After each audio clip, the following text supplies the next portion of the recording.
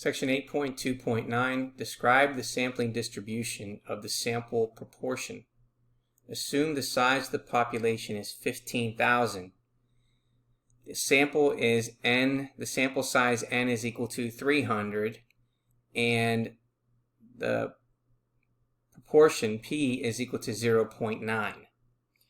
So what we want to do is first that for a sample or a simple random sample of size n such that n is less than or equal to 0.05 capital N times n, where n represents the size of the population, the shape of the sampling distribution of the sampling proportion is approximately normal provided that n times p times 1 minus p is greater than or equal to 10.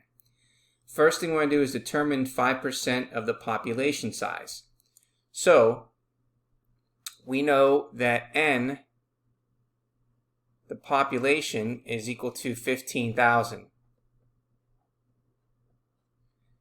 And so we want to find out, okay, is the value of n less than or equal to 0.05 times n?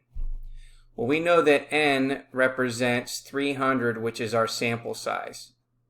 Okay, and we know that capital N represents 15,000.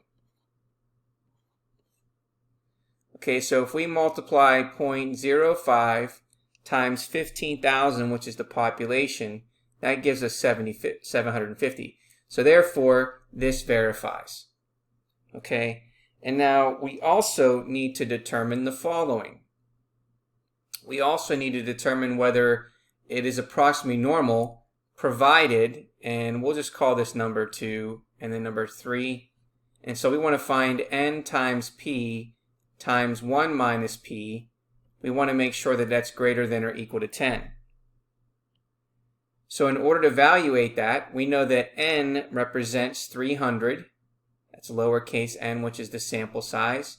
We know that p is 0.9. We want to multiply that by 1 minus 0.1. We want to see if that's greater than or equal to 10.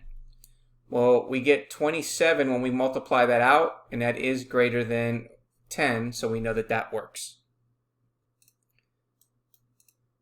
Okay, so now the shape of the sampling distribution of the sampling proportion is approximately normal because we just found out that this is greater than or equal to 10 and the sample is less than 5% of the population.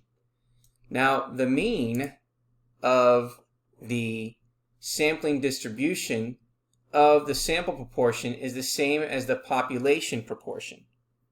So what that tells us is that the mean has a subscript of p hat, which is equal to 0.09, since that's the value of p here. Okay, so now what we want to do is now we want to determine, okay, the standard deviation of the sampling distribution of the sampling proportion, and then we're going to round it to 3 decimal places. So first, let's write out what the formula is. So we know that we're looking for the standard deviation of the sampling proportion, and that's equal to the square root of p times 1 minus p over n. Okay, and what do we know about p? Well, we know that that's equal to 0.09, and we know the sample size is 300. So let's go ahead and plug that in. So in order to find the standard deviation of the sample proportion, it's going to equal the square root of 0.09 times 1 minus 0.09 divided by 300. Okay, and so therefore that's going to equal the square root of 0.0003.